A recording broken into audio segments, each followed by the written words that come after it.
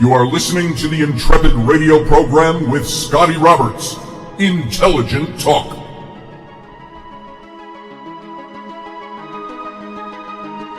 Hey folks, happy Tuesday. After a day off, it's nice to be back, and it feels like I haven't been here forever since my last official broadcast was Friday. And you had to listen to a rerun last night. I hope it was good. And tonight, though, we're fresh, we're new, we're back. Had to have a much-needed evening off. And you, of course, are listening to me, Scotty Roberts, here on the Intrepid radio program right here on the Odyssey Radio Network. That's ODYSY1.com. If you want to go over to Odyssey, if you're not there now, listening to this show, you can check out all the goodness that is Odyssey, check up on the schedule of shows, and see that there is a 24/7 lineup that you can listen to while you sit at your computer or are on your device or wherever you might be.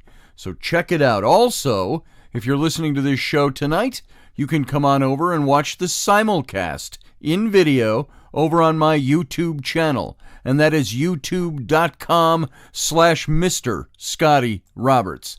And you can also go there and find all the archives of every show that's been done. And it's in video since I launched this program back in August of 2019. And so there's a good, I think there's about 150 shows up there. All the different themes, all the different things we've talked about. You can just scroll through and see what's there. Also tonight, as with every night, you can join the live chat room. The other Intrepids, all of those who follow this show. Over in the live chat, you can add your 2 cents worth to the discussion, and you can talk about other things. You can talk about tonight's topic. And so come on over and enjoy. That is youtube.com/Mr. Scotty Roberts. Now, tonight, I want to talk about the Tower of Babel. It's probably something you've heard about in one form or another, either in Sunday school or at church or in synagogue or in other literary studies. You've heard about the Tower of Babel. And, of course, like David and Goliath, the term the Tower of Babel has become something that's been used and reused in different capacities to describe different things. It's a piece of our cultural heritage, at least the story is. And what I want to look into is the story something as listed in the Bible? Is it something that is an actual true tale? Or is it a fable, an allegory? Is it something that existed? And this is something that has always been one of those questions. And of course, not just the question of the tower itself, but the biblical theological meaning behind it, which was where God separated the languages out, because everybody was of one unified language according to the tale, and the whole earth was unified. And now the Tower of Babel has never been called the Tower of Babel. Even in the biblical account, it doesn't refer to itself as the Tower of Babel. It does, however, talk about the tower where all this and where Babel was the name given to the event, because this is where God came down and separated or confused or confounded the languages. Now, there's a lot of questions that all by itself raises when you start thinking about this story. Is this something that an omnipotent God needed to do to his creation? So there is that, again, that story. How do I want to say this? Let me preface this by saying I'm not out to disprove the Bible. I'm not out to disprove the stories of the Bible. I am, however, when I study biblical topics, I want to find out if the story is one that rings true, or if it is a story that falls under a literalist view, an orthodox view of what Christianity or Judaism must be or needs to be by the purveyors of those religions. And so here is the question. Not did it actually happen, but did it happen the way and for the purposes of and establishing the attributes and character of God the way we've been taught? And this is where I think I would part ways with some of the traditional stories that I've been told. And as usual, I've got a ton of information open up in front of me, from Wikipedia to ancient origins to different archaeological sites and things like that. And yes, there has been archaeological evidence discovered that really sets a good foundation for the Tower of Babel story being real. And we're going to get into that as well. I've also got some information up that it was interesting when I first looked at it, but it is very clouded by the fact that this person who wrote this article is not just out to try to set the record straight.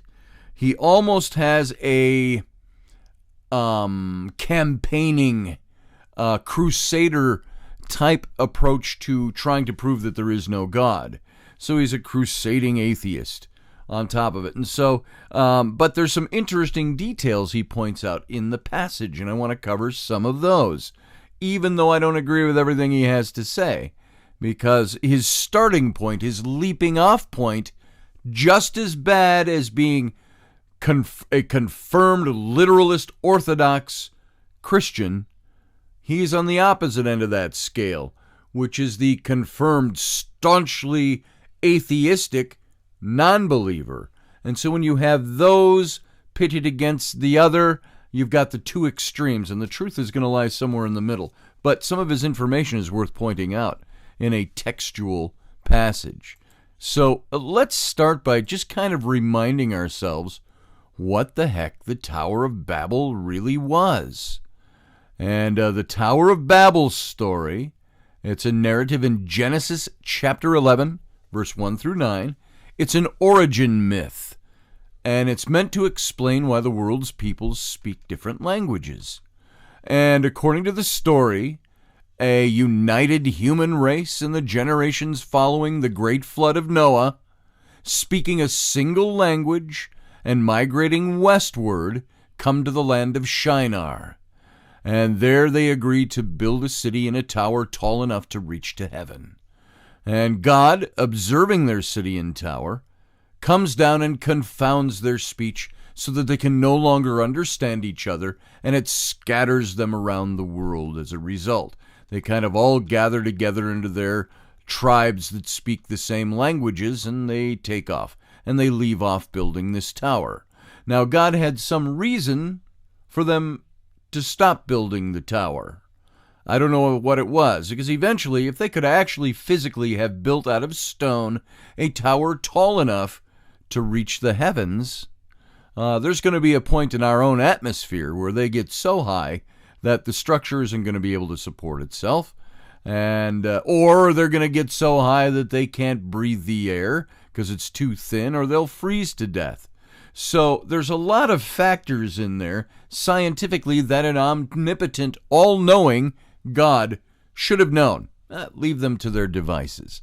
Let them try to build the tower. There's going to be a point where it gets so tall, the foundations just aren't even going to support it anymore. It's not going to support the weight. So what do they do? So why was there a tale like this written in the first place? Why, if it was a true story, did God feel the need to come down and confound languages in order to stop it, when the workload really and the whole project would have really come to an end simply because it was just impossible to do with the technology? We can't do that today. We can't build a tower that goes up into the stratosphere. It would not be able to support itself. So there has to be other technology involved to be able to do that. So some modern scholars have associated the Tower of Babel's story with known structures, notably the Etemenanki. It's a ziggurat that was dedicated to the Mesopotamian god Marduk in Babylon. And a Sumerian story with similar elements is told in Enmerkar and the Lord of Aratta. It's in the old Sumerian tablets. And so the etymology of this story, it starts with the term the Tower of Babel. It doesn't appear in the Bible. that term. And it's always the city and the tower it's referenced to in the Bible, or just the city. And the original derivation of the name Babel, also the Hebrew name for Babylon, is uncertain. And the native Akkadian tongue of the city was Bab-Ilim, meaning gate of God. However, that form of the interpretation itself is now usually thought of to be the result of an Akkadian folk etymology that's applied to the earlier form of the name, Babilia, and of unknown meaning and probably non-Semitic origin. So the etymology of the word is even tough to trace. And according to the Bible, the city received the name Babel from the Hebrew Bala, meaning to jumble or to confuse. And the narrative of the Tower of the Babel in Genesis is an etiology or an explanation of a phenomenon. Etiologies are narratives that explain the origin of a custom, the origin of a ritual. It's a geographical feature, it's a name or another phenomenon.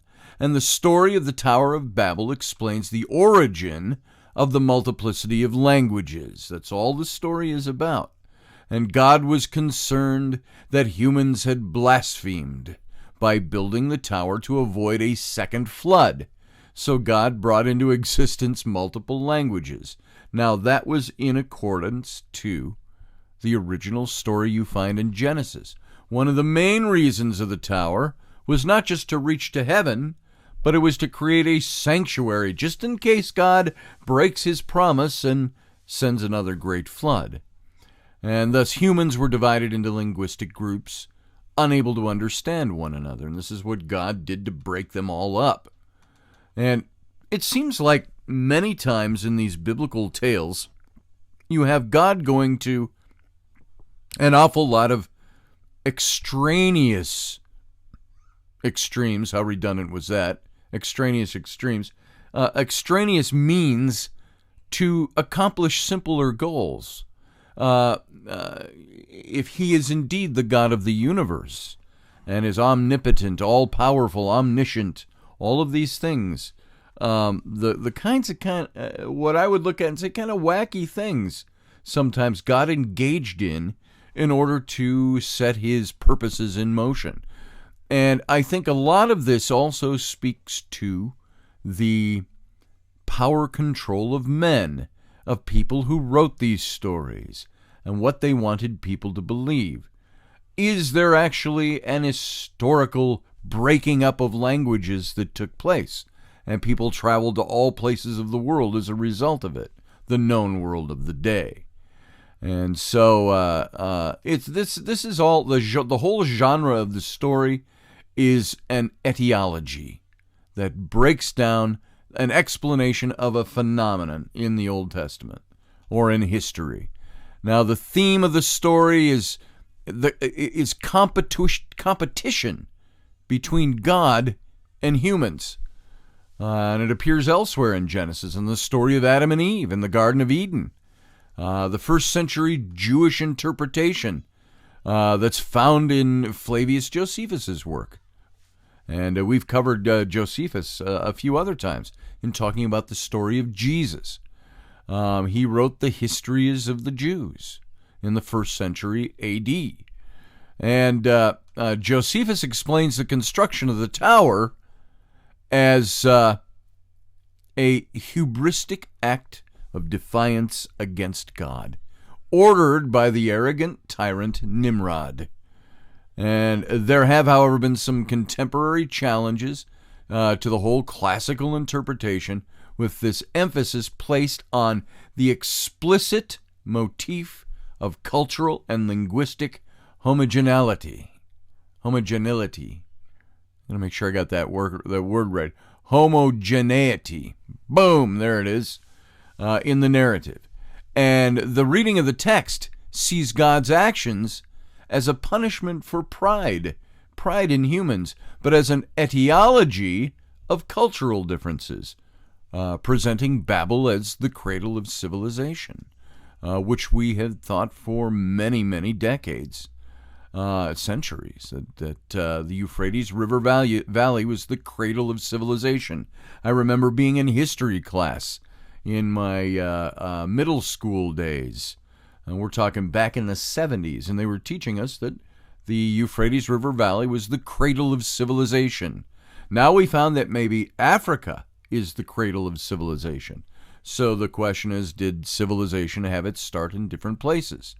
Perhaps the origins of mankind were in the plains of Africa, but somehow migrated up to the Sumerian region, the Mesopotamian region, and you'd have to circumvent the Mediterranean Sea, go through what is now Israel and Canaan and now Palestine, up through Turkey and back around into the Euphrates River Valley area. Well, I don't think you had to go all the way over into Turkey.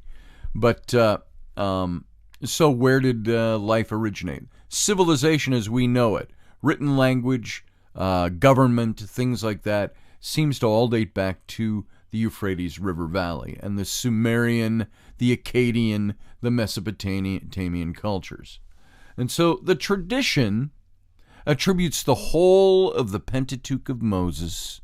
However, in the late 19th century, the documentary hypothesis was produced by one Julius Wellhausen.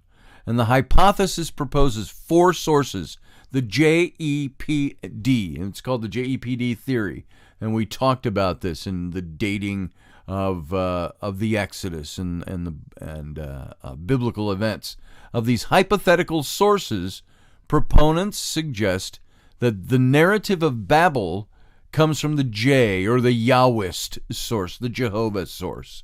And the ideological nature of the narrative is considered typical of the Jehovah source, the J, and the JEPD theories. And in addition, the international wordplay regarding the city of Babel and the noise of the people's babbling is found in the Hebrew words as easily as in English, and is considered typical of a Yahwist source point. And so that's where they think the Babel story came from. The J, the Yahwist, the Yahweh, the Jehovah source point of hypothetical points of view. Now, the Sumerian and Assyrian parallel to this story, and there's a very similar Sumerian myth to that of the Tower of Babel called Enmerkar and the Lord of Aratta, where Enmerkar of Uruk. Now remember Uruk, let me make a historical note here. We've talked about Uruk before. Remember the little series, and I think it was actually before I was doing the radio show with Odyssey. I had done a live stream on Cain, the son of Adam and Eve, Cain, who murdered his brother and went east to the land of Nod and built a city, and he named it after his son, Enoch. And Enoch is the same of, without getting into who did he build a city for, where did he marry his wife? It says he went east and married a woman. So he built this city, named it Enoch for his son. Not the same Enoch as the book of Enoch and other mentions of Enoch in Scripture. This was just his son, Cain's son. And Enoch, the etymology of the word itself, the linguistics, break it down into modern English as Uruk. Enoch became Unuk, which became Uruk by the way the linguistics are translated. And so Unuk and Uruk. And Uruk is simply an archaic word for Iraq. And so what did Cain build? He built the city of Uruk, the city of Iraq. And the name of the city, by the way, it literally meant the first city. And that city is still there today, as a matter of fact. Still a thriving metropolis today over in the Euphrates River Valley. And so, anyway, Enmerkar and the Lord of Aratta, Enmerkar of Uruk, was building a massive ziggurat in Eridu. And Eridu is the city that's associated with Atrahasis.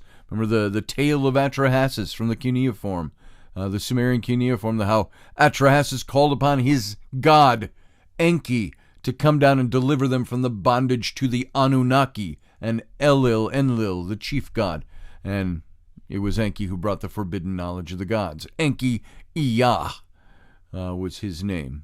And so they're building this massive ziggurat in Eridu, and he demands a tribute of precious materials from Arata for its construction. And at one point, reciting an incantation imploring the god Enki to restore, or in some of the translations, to disrupt, the linguistic unity of the inhabited religions, named as Shuber, or Hamazi, or Sumer, and Uri-Ki, or Akkad, as we know it, and the Martu land, and the whole universe, the well-guarded people. May they all address Enlil together in a single language, was what Enmarkar of Uruk was asking for from Enki. And in addition to further Assyrian myth, dating from the 8th century BCE, dating the Neo-Assyrian Empire, 911 to 605 BC, bears numbers of similarities. Boy, I'm having problems talking today. Similarities to the later written biblical story. And there are stories like this all over the world. There's actually a Mexican version. Various traditions that are similar to the Tower of Babel are found in Central America. Some writers connected the Great Pyramid of Cholula. There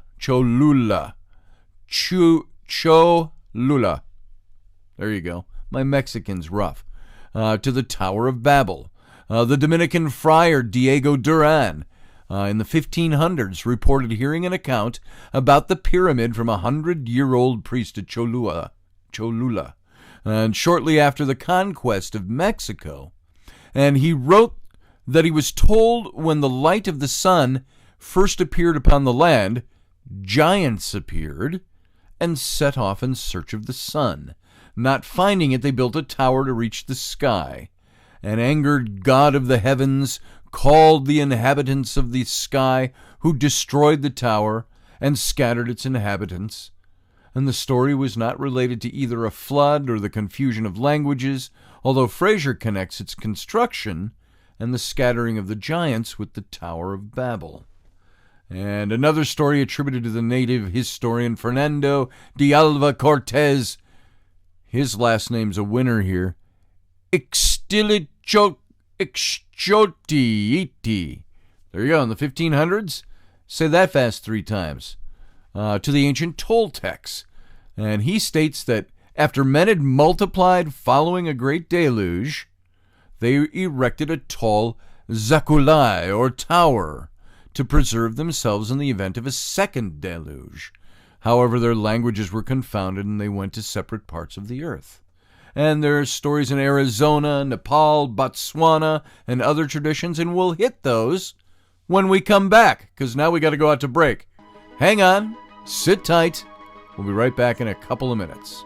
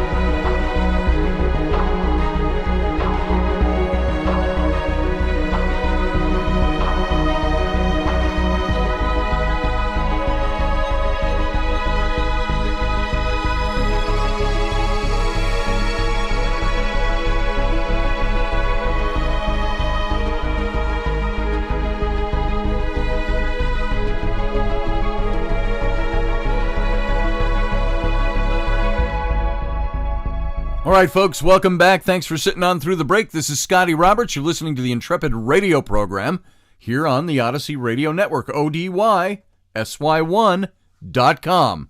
You can also come over and watch the simulcast on my YouTube channel in video and join the live chat room that's going on there with the other Intrepids over at youtube.com/Mr. Scotty Roberts. We're talking about the Tower of Babel and the story in the Old Testament that was the story that was given to us in the Old Testament to explain the confounding of languages, the fact that there was different language, the etiology of an event or a happenstance or a cultural thing. The etiology being, we're explaining why there are different languages by giving you this story. But also associated with that is God's, the faith story wrapped around it, that God was kind of pissed off that humans were all gathering together and building a tower to try to reach heaven, to hopefully also create a sanctuary from a possible second flood, as this was post-flood of Noah. And so the questions, of course, arise, if God knows everything and he's all-powerful, he didn't really have to do anything, did he? Because building a tower like this would naturally fall under its own natural deconstruction. There's only as high as you can go. There's so many engineering problems with that story that you'd run into a problem. Well, there are stories all over the planet, different cultures. We talked about Arizona being one, attributed to the Toho Odam people and the Tohono. And it holds that Montezuma escaped a great flood, then became wicked and attempted to build a house, reaching to heaven, but the Great Spirit destroyed it with thunderbolts. There's a story in Nepal, of all places, in the Himalayas, traces of a somewhat similar story also having been reported among the Tharu of Nepal in the northern India. In Botswana, according to David Livingstone, he met people living near Lake Ngami in 1849, and that had such a tradition, but with the builders' heads getting cracked by the fall of this scaffolding, that was one of the things that ended them building the thing. And there's other traditions all over the place. And so there's a stone I want to talk about. There's also some biblical passages I want to talk about. I have, again, more information than I can cover in one episode of this show. But let's see, the legendary Tower of Babel. Let's look at this. What does it really mean? What was that story about? One of the many fantastic stories in the Bible, in the book of Genesis, is the Tower of Babel. It's this tall construction ziggurat made in Babylonia after the Great Flood.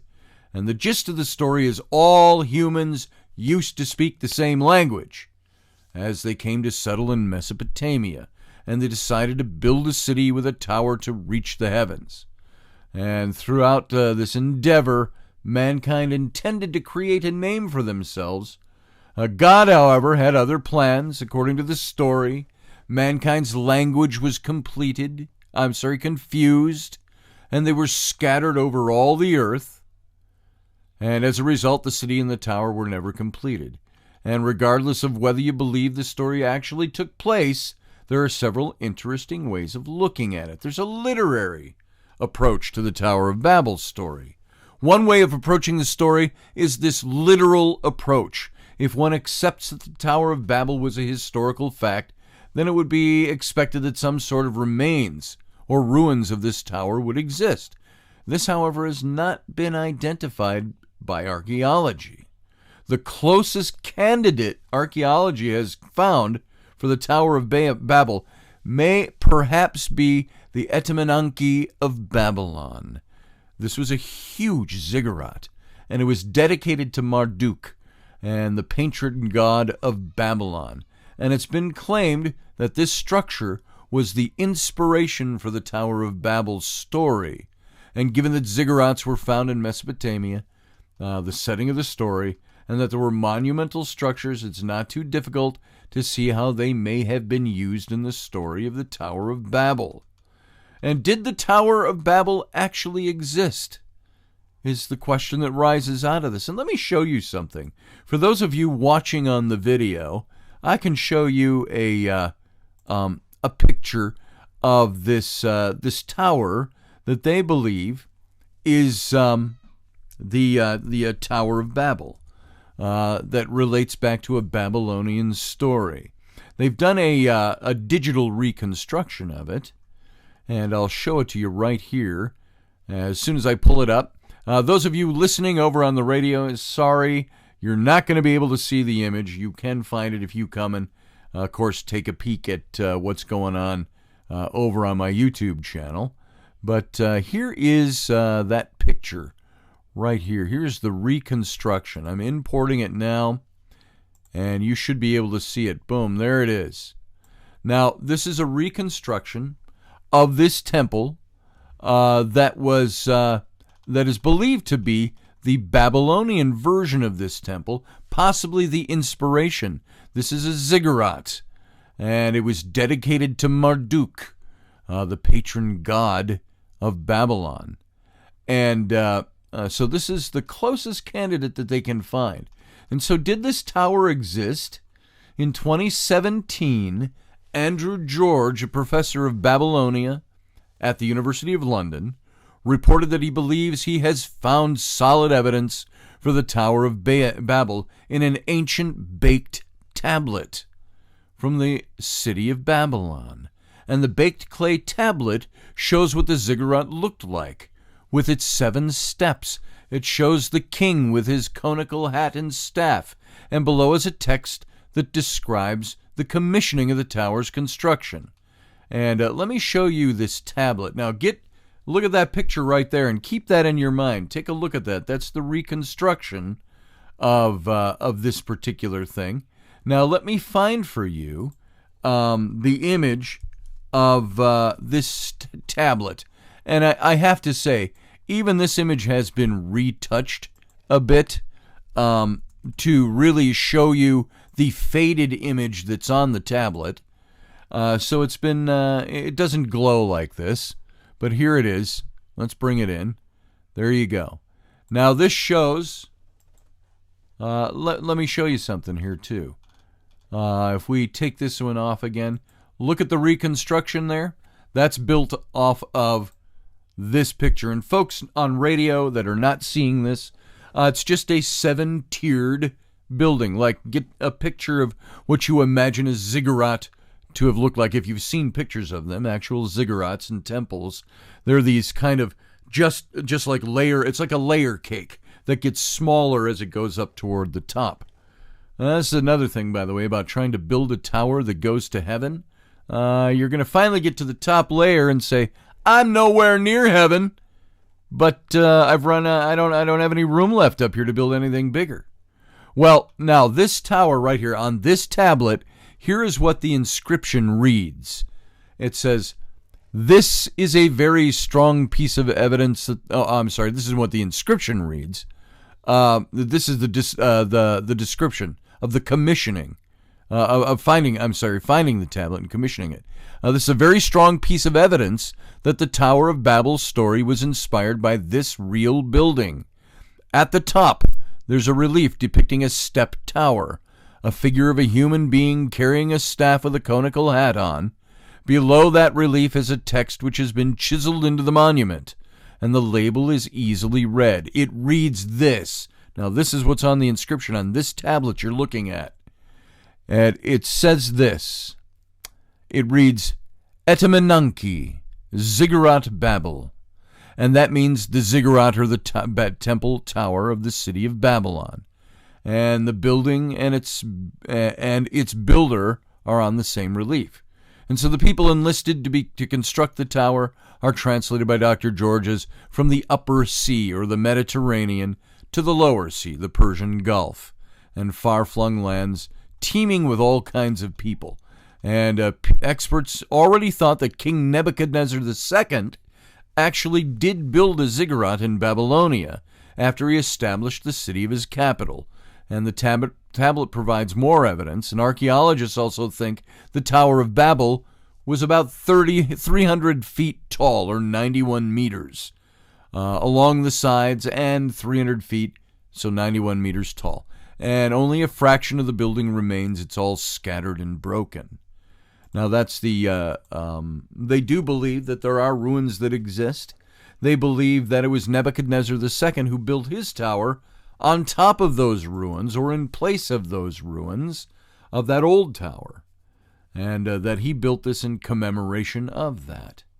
And so, what does the Tower of Babel symbolize? What was the whole purpose of writing this story? What's the symbolism? Regardless of the question of the tower's existence, another way to examine the Tower of Babel story is through the symbolic approach. The context of the story, in other words, the story of the Tower of Babel is being recorded in the book of Genesis, would make it reasonable to expect a religious message behind it. It's been suggested that the Tower of Babel is a symbol for humanity's vanity. And for instance, the use of brick and mortar represent pride in a man-made material, or pride in man-made materials. Thus, the use of these materials over a stone and tar, which are natural and more durable materials, may be read as mankind's misplaced confidence in his own abilities.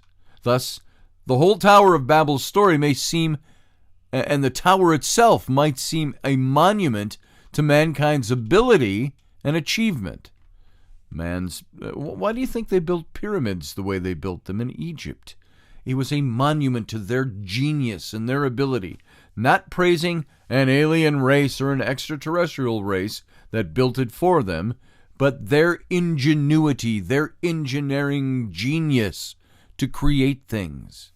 So why do you think the Pharaoh's like, I need a bigger one. It's got to be a little taller. Because he wanted to show that he had the capacity to do this.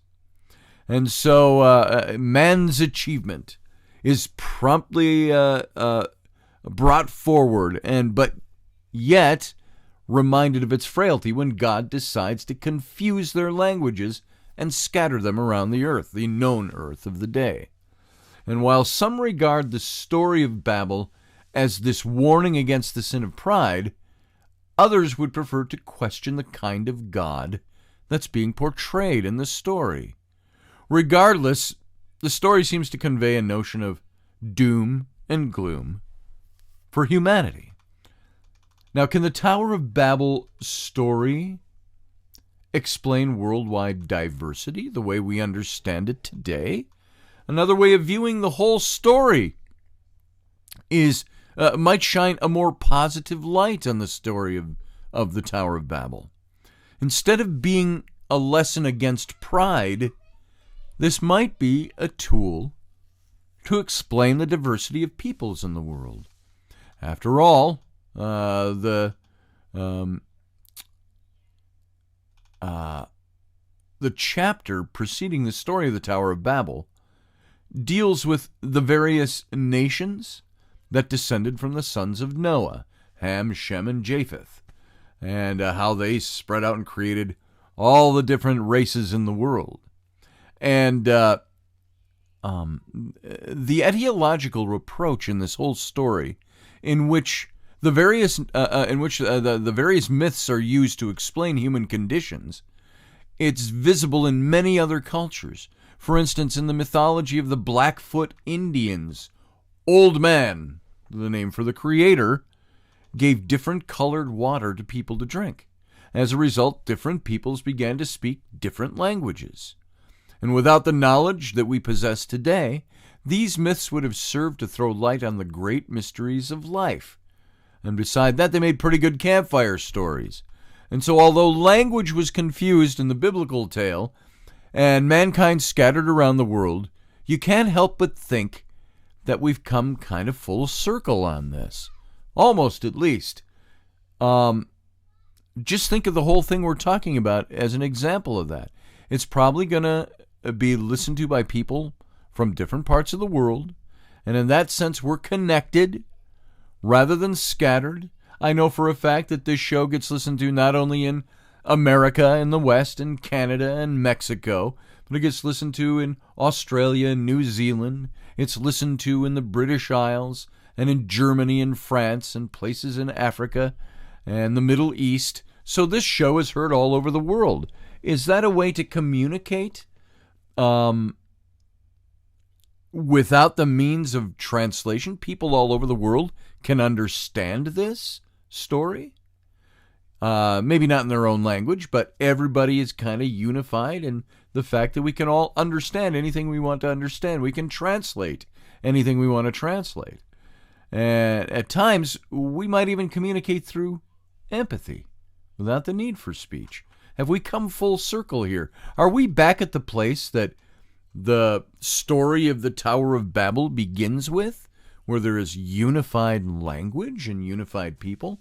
Now, I'm not talking about the absence of wars and fighting and bickering and all the different things that go on, but basically, we are a people, if you take the governments that want to war over land or oil or gold or resources or whatever it might be, petroleum, you take all that out of the factor and people are pretty much cool with each other. Yeah, come on over and visit, and we'll come over and visit you. Let's share our art and share our science and share our technology and our culture, if they're not looking out to try to dominate you. So is there already kind of a world unity? There's a world unity in that there's hardly anybody that cannot find a way to understand language that is foreign to them, coming from another side of the world. And now with the advent of the internet, of course, that's made even easier over the last 2 decades. The whole world can see what you're saying at one time, if they're looking. And but there's still one part of the story that's not achieved here. The people in the story of the Tower of Babel were working together to build a monument. Now, sadly, human beings aren't quite doing that today. Wars, as I just mentioned, exploitation of the poor, exploitation of resources, human trafficking are among the examples of the ways in which we're destroying our fellow men and women. In the time of the Tower of Babel, they were sacrificing children to their gods. So there was always differences, there were always problems, big problems, and instead of cooperating with people, we destroy each other. And perhaps it's time we finish building the Tower of Babel. What do you think about that? Should we gather and build a worldwide monument? But would that then be the whole one-worldism, political geo-globalism? I'm just using it as an example, folks. I don't necessarily believe in a one-world government, that we should have one. But think of it now, topic for a different day. Does a one-world government already exist? Is there one-world efforts at play that keeps us divided? That's an interesting topic all by itself. Now, I wanted to look at some of these biblical texts, and this is a little iffy from the guy who wrote this stuff, but he was examining the scripture of the story of the Tower of Babel.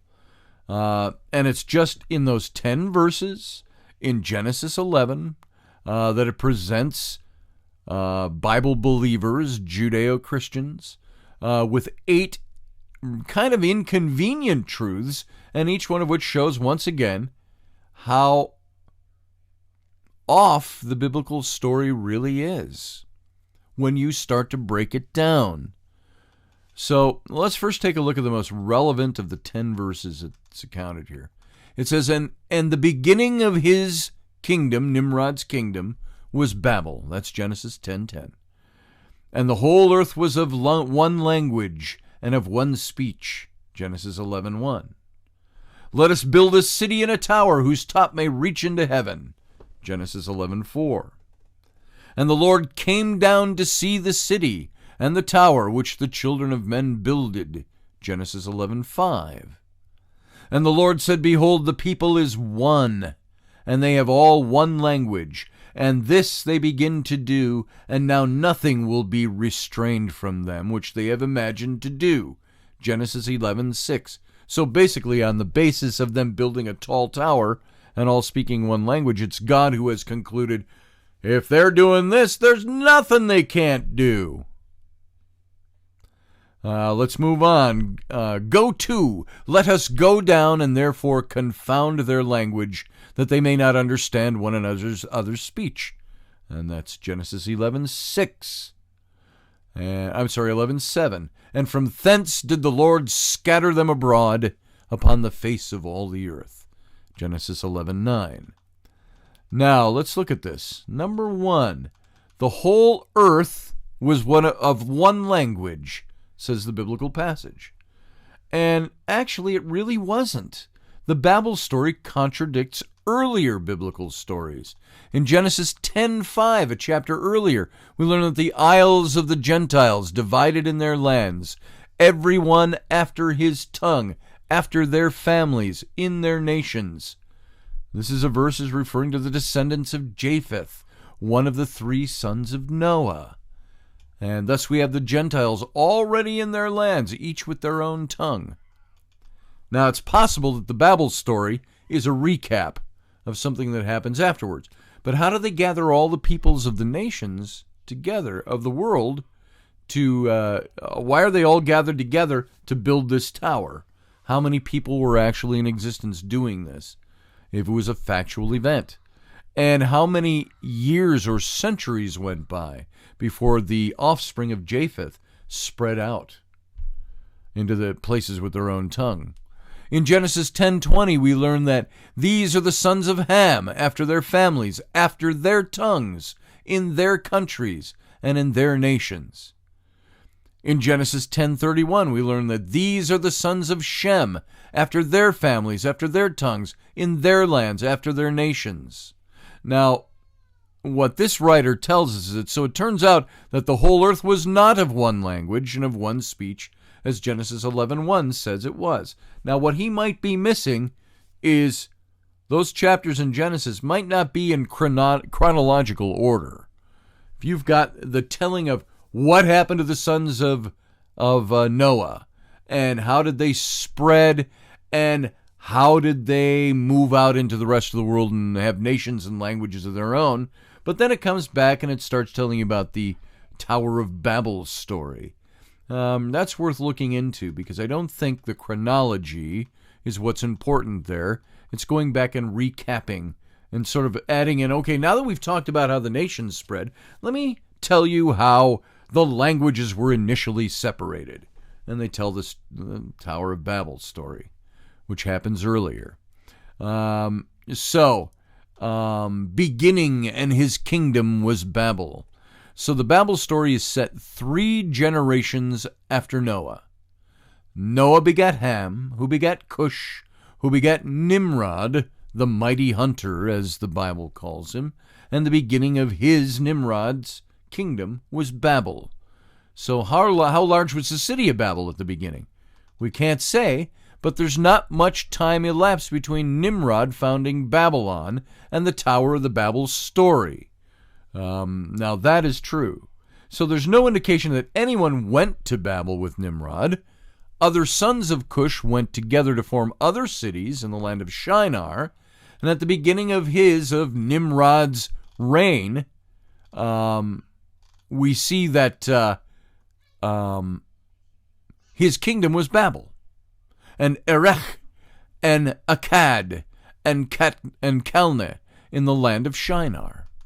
And so there's no reason to believe that it was anything resembling a city of Babel, maybe Nimrod and a couple of others. There could not have been anything like a kingdom of Babel, which I don't know if I agree with this particular guy on that point. But remember, the word city, in its archaic use, could have meant simply a compound, an enclosure, a walled fortress where people lived. It might not have been more than 20 people. It might have been 5 people. It might have been a single family. Even when it says in Cain, when he went east of the land of Nod, married a woman, had a son, built a city, named it after his son Enoch. It talks about even at that time, that city could have been very small. It may not have been built for what we think of as hundreds or thousands of inhabitants. The word also was synonymous with building an enclosed compound where you all lived. And so now this goes on. The third point. Now, nothing will be restrained from them, says God, which they have imagined to do. And the question here is God afraid of humans? There's no evidence of a loving, merciful, just, omnipotent God in this verse. God comes down, sees what they're doing, and he says, we've got to stop this. Otherwise, nothing will be impossible for them to do. It's not omnipotent that he seems to think that he doesn't have the power to prevent them from doing whatever they imagine to do. God doesn't know that he's omnipotent, or he either doesn't know or he isn't, or the writer is just flailing around with a good fable here. The loving, merciful, just God doesn't want his creations to live their dreams. The Lord, your God, wants to suppress his creation, the imaginations of his creation, and their ability to carry out their dreams. He doesn't really want us to be godlike. It goes all the way back to the Genesis story. And folks, I got to stop there. We're at the end of the time. I am going to pick this up because there's more to this when we start to break it down. Thanks for being here tonight. 23-hour break. We'll be back tomorrow with a little bit more. Have a good night.